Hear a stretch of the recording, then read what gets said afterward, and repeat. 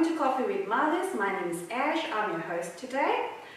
Coffee with Mothers is a brand new show on Aussie Star where we as mothers come together and share our experience with our life and with our family kids. We've got three beautiful mothers in our studio today who are happy to share their life experiences with us. Let's go and meet them. Hi girls, how are you? Good, thank you. That's really good. I'm just going to ask you to introduce yourself to our audience here. So I'll start with you, Guinea. Yes, my name is Guinea Kohli and I'm the Managing Director of a skincare brand called Aroma Magic by Dr. Wilson Kocha. So we import these products from India into Australia and supply them up to salons and health food stores. And on the other hand, I also have an events company which is called Charismatics Events, and recently we did the Great Gatsby Ladies Gala Night. So yeah, that's So you're pretty busy women, aren't you? Yes.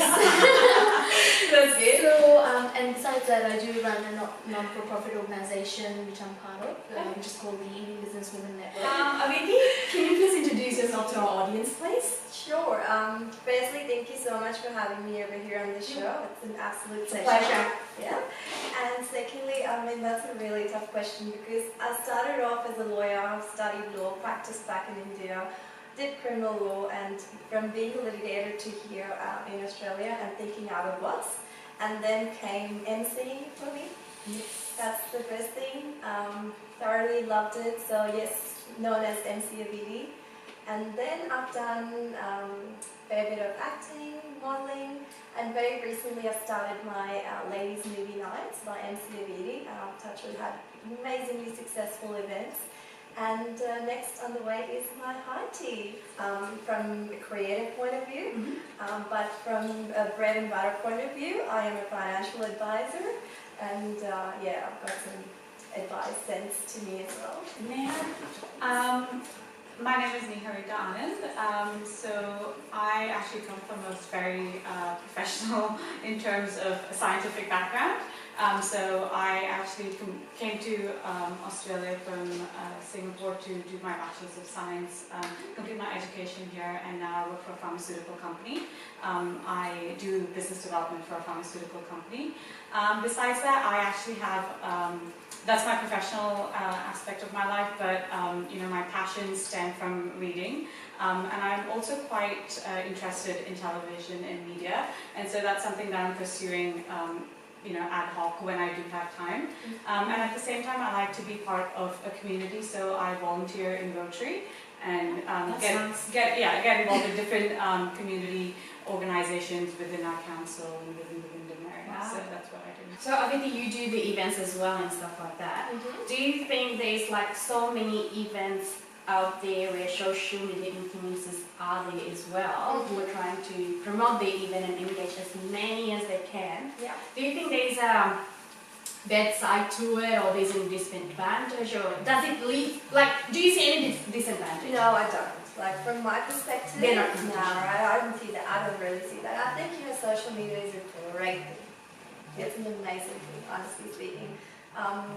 We're lucky to be in this era and this time when we can actually have those kind of influences. We can use that as a medium, as a mode for promoting ourselves. Yeah. If that's a product, for example, in my case, I am the product myself. And you know, when I started MCing, I had to put myself out there for people to be able to see what I do. Yeah. And I reckon I could not walk up to anyone's door and say, "Hi, this is MC Aviti, and you know, I do events and I've done for a run up to Operation for XYZ." I couldn't do that. Right? Obviously, you're launching your own brand, so you have to. I can do it through social media. That's a complete platform for you, and that's a perfect platform actually. You know, it just provides you what you really need. And the beauty of that is, you know, it's a pick and choose thing. You know, you like it, you click like on it. If you don't, you just swipe through it. Like there's no one forcing you to get into it, and at the same time, you put yourself very discreetly out there for people that really like you, to appreciate you, and then for others that want you to give you more work. Interested in certain things, but they come across it. You capture the wider audience that sometimes, you know, through other points of advertising or communication you don't. So that's a good thing. But for me, not having a business and just you know, what I find what influences me and people who influence me would be, you know, something that's obviously a passion or interest of me, but at the same time that I trust, and that's the biggest thing. I think, you know, there's so much out there, there's so much information.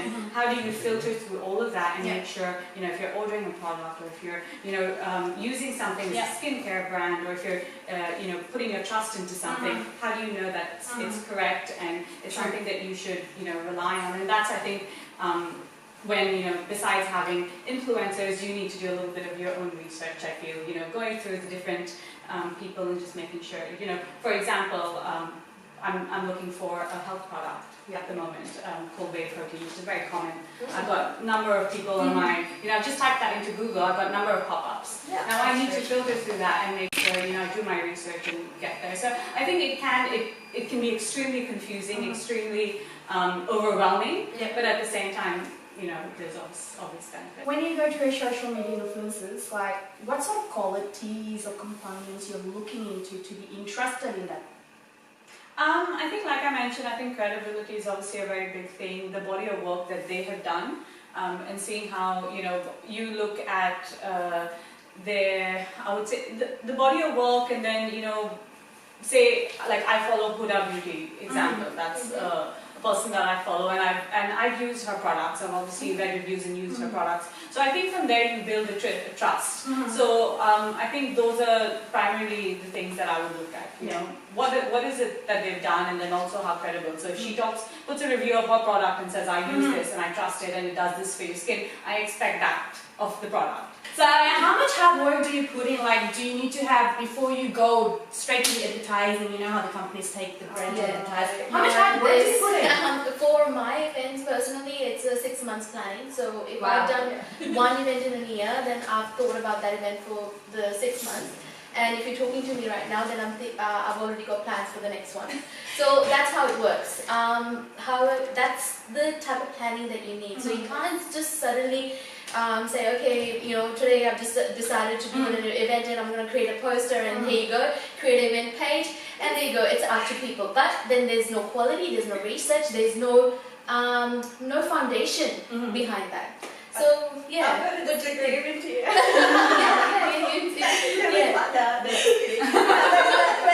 Everything's different. Exactly, and it depends on what you're catering as well, you know. Exactly. It depends on, obviously, for an event like you do, Yes. a great successful one, like it was amazing to Yeah. be honest, but well on you.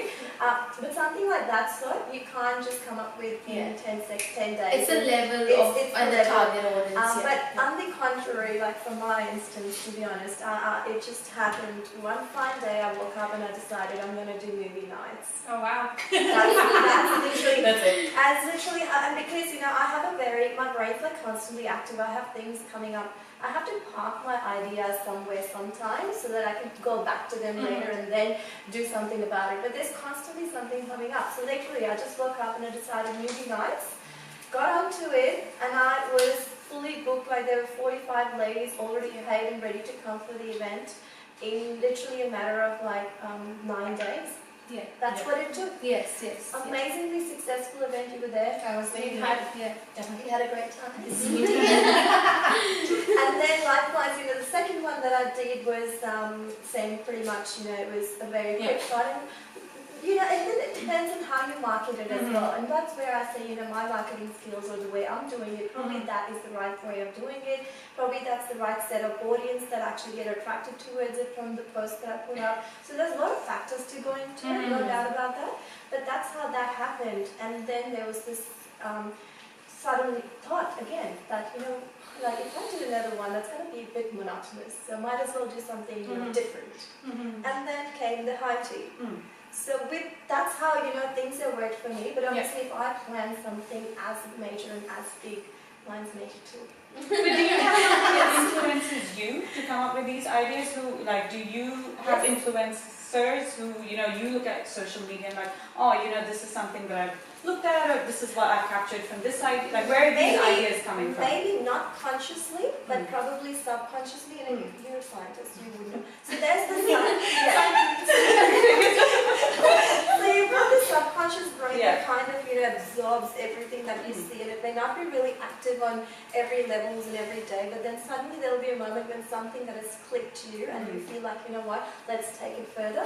So yes, obviously everything that I see has an influence.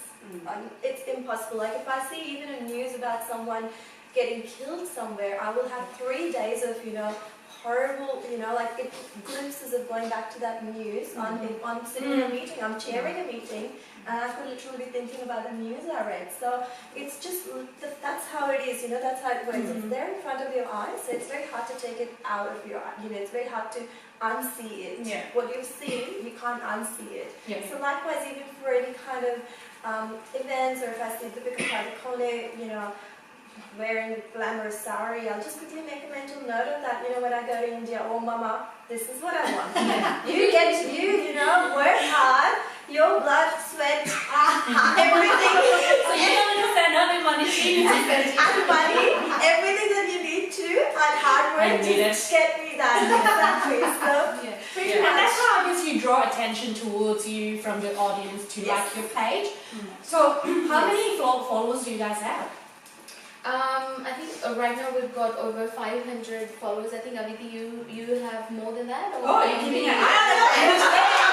I think We've got rivalry. for me, again, rivalry is not a big thing because we all do different things. Events is such a thing that it's such an individual perception.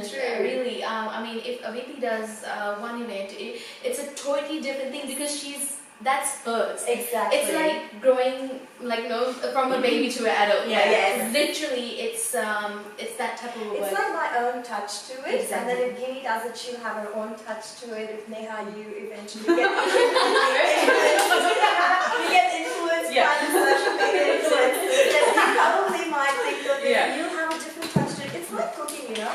I could do the same for Anta, and you do the same for Anta, and you do the same. It all turns out different. And you're catering for different things as well. Exactly. Like your market would be very different to her market. Yeah. So then there it is, like you're just targeting different audiences. Magic is in the hands. The other point is that you know, it's not about the likes on the page as well. You could still have audience looking at your post, or they might have not liked the page. They might have, or your friend, for example, has liked a page and it suddenly popped up on their friend's newsfeed. So that's an indirect, you know, audience, or that we don't take into account. So I do believe in that thing. I mean, I honestly don't go by likes, because I remember hiring someone for a particular request that I had, and that person probably only had 121 likes or something like that. But the quality of work that I got from that person, I reckon I could have looked at someone with 14,000 likes and maybe got influenced by it, but still not got that particular quality. So I reckon likes don't function the way they seem that they do. What actually functions is your work, which you're publicizing through the social media. But then it doesn't get the likes, even though there's a hard work involved, but the actual product doesn't get the likes. Doesn't need Then to. Because but you still working. But then don't you share, when you like it, your friends, family, they all view it on and go, what is, like, you know, what is the influencer here that we are looking into? But if the person has done so much quality work, but not much like or shared post, I would say. It could be a new business, darling. It could be a new business. It could be someone who is good at what they do, but maybe marketing and media is not their thing to do. Maybe they need to hire someone to do so. So it runs into a lot of factors, but I doubt if likes determine someone's quality. I agree with her, because like, just say, taking LinkedIn, that's a platform to promote yourself when you're attracting recruiters, and each of us that go on LinkedIn are pretty much a product ourselves, because we want our resume to be read. Now I'll call, you know, all my colleagues and say, can you just go and like my page? You know, that doesn't mean anything. That doesn't mean my work quality or me doing my current position is much better than, say, a colleague of mine. So I think that's what it stems from. It's not really, the likes don't add value. Some people follow you, but then they don't want to show other people they're following you. That's something there. But if your post is like really good, or if your advertisement material is really engaging to the person, it will automatically happen. It will automatically happen. Even if you don't like my post, next one another person will do it, you know. Exactly. So that's what I'm saying. The person with her who did the hard work, but you know, okay, you can see the quality work because you're standing at the background there, you're looking at the work, you know how hardworking it is. Yes. Maybe that's something that you can't do. Yeah. But then, if the audience are not engaged, then it doesn't go any further than what you can see there. That's Exactly. very automatic. Trust me, if your work's good and the likes are bloody genuine, number one, and number two, they are very automatic because you know what? You can't stop yourself from giving credit when the credit is due. So if I see a page where there's this art and craft page that I've liked only because there was this one picture of a frog that I saw there, and I was like, I'm gonna make that damn thing. Like I was so influenced by it, and I liked it. I don't know who operates it, but for me that was a genuine like that I gave to someone. You know, I wanted to know more, and I have actually enhanced my craft skill as part of that thing. You know, so everything that comes up, I try to use that in terms of practicing it again when I get it on. So I think if it is great, you are getting it. So that's and there's different types of reaches as well. So there's a reach where people just scroll through it, and then there's a reach where people actually click on your post and have a look. Yes. So once that happens, that's technically a like because they're actually interested in your post. correct. So you don't have to have a like on your post for You don't, for but it you to can see the see viewers. it. So if you can see those reach there, It's spreading. It is. And I'll give you an example with my event. For example, there were say 200 and something people said going on the event page, but we had around 420 ladies attend the event. Oh, wow. So not everyone That is keen to click that button, but it's still influencing those people to join me. So That's true. That's true. yeah. So, in relation to the traditional advertising that was before compared to now social media, do you think someone who's like still using traditional resources to advertise or get their brands out, can they still get audience engaged to that? Yeah, I definitely think they can. I think, we have televisions, we have radios, you have various other outputs of information, but I think with social media, they can be, but maybe they might be not as informed, or they might not be able to compare the different kind of products or the reviews, whereas if you're just seeing it as like a point of contact in terms of your television or radio. So it's not like they can't, they're not going to get the product, or they're not as, I just feel they're not as informed, and that's the one thing that, I think differentiates. for now it may still work because it's still in the transition phase. Yeah. So it's still in the there's still some traditional advertising still happening there, and then there's obviously social media which has taken over like anything. Yes. It's in a transition state, so maybe right now they can still survive, but I guarantee you within the next 10, 20 years to come, I doubt if it would. Reason being, when was the last time you saw a paper advertisement or you acted upon it? And when was the last time you saw a Facebook advertisement and you quickly clicked it and sent a message to that person saying, how much is this for? How can I buy this? Where can I pick it up from? How quick and instant that is versus, even coming across a magazine advertisement. The contrary of that is I'm more wary of the advertising that's happening on social media. So I would question that as opposed to seeing a genuine ad on the paper and being like, oh yeah, you know what? This is most probably more trustworthy. So I think that's where it becomes,